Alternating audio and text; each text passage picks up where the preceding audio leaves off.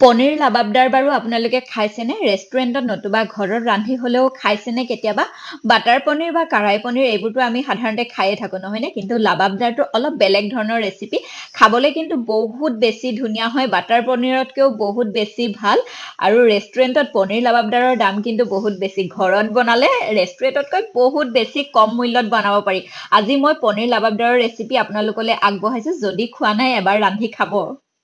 ভিডিওটো যদি চাই ভাল পায় পেজখন ফলো নকৰা সকলে প্লিজ ফলো কৰি দিব বুলি আশা কৰিছো পনীৰ লাবাবদাৰ বনাবলৈ লৈছো তাৰ বাবে প্ৰথমে ইয়া কেৰাহী পাতিলো গেছ জ্বলাই কেৰাহী গৰম হৈ গল আৰু তেল দিছো একদম অকনমান আৰু তেল মইটো ৰাইস ব্ৰেন অইল ব্যৱহাৰ কৰিছো আজিকালি আমি মানে খাদ্য তালিকা এটো তেলহে ৰাখিছো ৰাইস ব্ৰেন অইলটো ইচ্ছা কৰিলে ৰিফাইনো দিব পাৰে কিন্তু ৰিফাইনটো স্বাস্থ্যৰ কাৰণেটো ভাল নহয় সকলোৱে জানো বহুত বেছি তেল দিয়া নাই দেখিছে আপোনালোকে এতিয়া মই প্ৰথমে ইয়াতে দি দিছো গোটা জিৰা তাৰ পিছত দিম ইয়াতে 1 চামুচ গোটা ধনিয়া আৰু 1 চামুচ মানে 2 চামুচ দিলো দিছো তেজপাত আৰু দি দিছো ইয়া লং তাৰ পিছত দি দিছো ইয়া ইলাচি তাৰ পিছত দিম মই দালচেনি এয়া হল এক টুকুৰা দালচেনি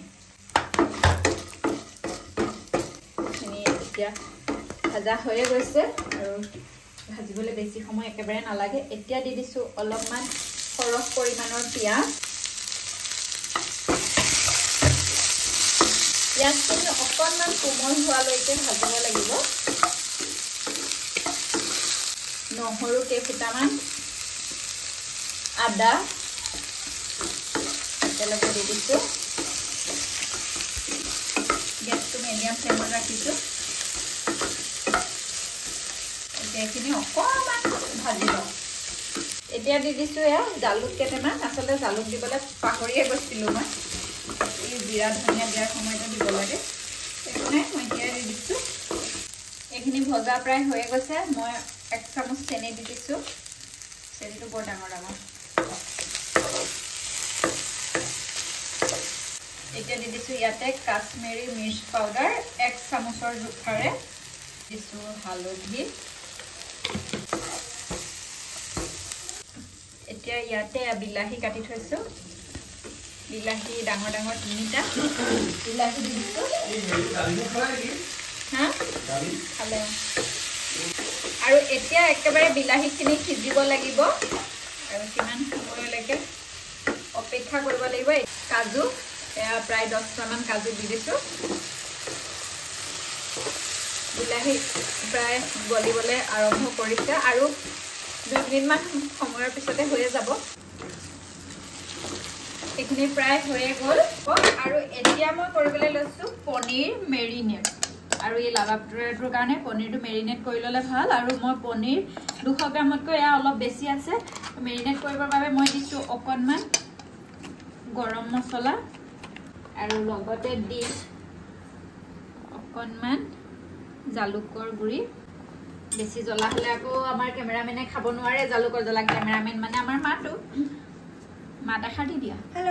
হ্যাপি নিউ ইয়াৰ আৰু দি দিছো কাশ্মীৰী মিৰ্চ পাউডাৰ এই হল নিব হ্যাপি নিউ ইয়াৰ হেনা কলা নহয় তাৰপিছত এতিয়া এখিনি সানি থৈ দিও ভালদৰে অকমান সময় 5-10 মিনিট সময় এনেদৰে সানি থৈ দিলে বেছি ভাল যদি সময়টো হাতত থাকে মোৰ এতিয়া যেহেতু অকমান সময় আছে এখিনি এতিয়া ঠাণ্ডা হ'বলৈ দিব লাগিব নমুৱাৰ পিছত আৰু জুনাকক যেহেতু আপোনালোকে ভাবিব পাৰে জুনাককো ইমান মছলাদাৰ এটু খুৱাম নেকি নাই নুখুৱাম এ জুনাকলে এক্সট্ৰাকে পনীৰ থৈ দিছো তালে একেবাৰে সিম্পলকে আলু অকন বিলাহী অকন দি বনাই দিম জুনাকলে মই প্ৰায় বেলেগকৈ বনাই দিও এনেদৰে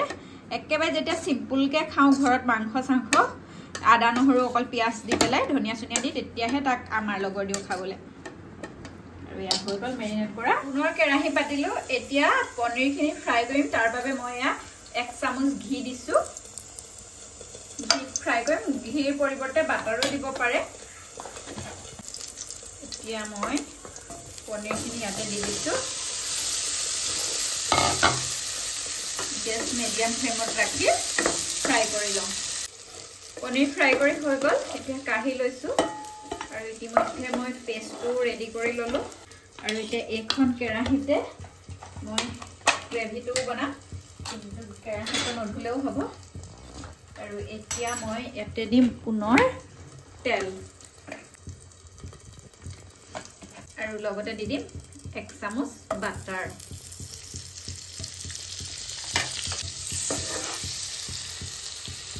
আৰু এতিয়া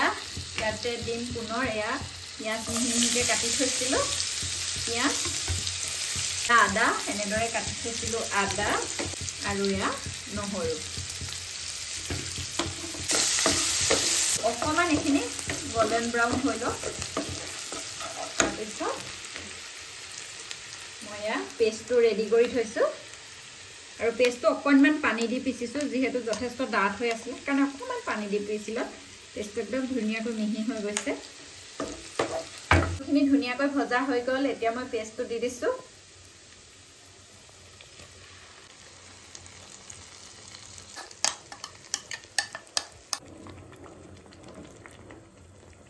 আপোনালোকে চাগে মন কৰিছে মই এতিয়ালৈকে নিমখ দিয়া নাই আৰু নিমখ অবিহনে জানো হ'ব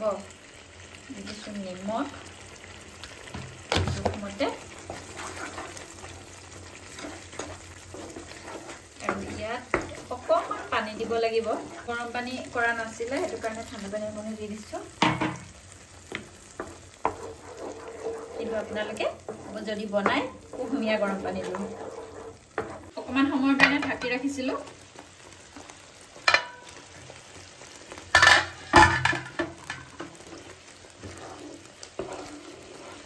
এতিয়া মই ইয়াতে পনীৰখিনি দি দিছোঁ এতিয়া 3-4 মিনিটমান সময় লাগিব মানে পনীৰটো দিয়াৰ পিছত পুনৰ মই ঢাকি দিম প্ৰায় হৈ গৈছে এতিয়া এয়া শেষত মই হাতেৰে মোহাৰি দিছোঁ কচুৰি মেথি অকণমান টাৱাত গৰম কৰিও ল'ব পাৰে এতিয়া দি দিছোঁ ধনিয়া আৰু এইটো ছিজনত মানে ধনিয়া দিলে আৰু বেছি জুতি লগা হৈ যায় নহয়নে আমাৰ একদম বাৰীতে কৰা ধনিয়া উঠাই আনো আৰু দিওঁ কিন্তু এটা ৰাতি বনাইছোঁ বাৰু দিনতে উঠাই থোৱা একেবাৰে শেষত দিছোঁ এয়া আমুল ফ্ৰেছ ক্ৰীম আৰু ইয়াৰ পিছতে মোৰ পনীৰ লাবাবদাৰ ৰেচিপিটো একদম খাবৰ কাৰণে ৰেডি হৈ যাব প্ৰায় হৈ গৈছে আৰু এয়া ক্ৰীম দি দিলোঁ ক্ৰীম দিয়াৰ পিছত প্ৰায় 30 ছেকেণ্ড মানৰ পিছতে গেছটো অফ কৰি দিব লাগে ক্ৰীম দি বেছি সময় ৰাখিব নালাগে এতিয়া মই গেছ অফ কৰি দিছোঁ অৱশেষত এয়া ৰেডি হৈ গ'ল পনীৰ লাবাবদাৰ ৰেচিপি আৰু এতিয়া ভাতৰ লগত ৰুটিৰ লগত পৰঠাৰ লগত বা পোলাওৰ লগত জুতি ল'ব পাৰি আৰু ঠাণ্ডা দিনত বহুত বেছি ভাল লাগে আৰু ওপৰতে এয়া আমুল ফ্ৰেছ ক্ৰীম অলপ দি দিছোঁ আৰু ৰেচিপিটো চাই কেনেকুৱা পালে জনাব আৰু আপোনালোকে এইদৰে ৰান্ধিছে নেকি সেইটোও জনাব যদি ৰন্ধা নাই এবাৰ কিন্তু ৰান্ধি খাই চাব বহুত বেছি ভাল পাব আৰু ভিডিঅ'টোৰ পৰাও এই সময়তে বিদায় ল'লোঁ গতিকে বাই বাই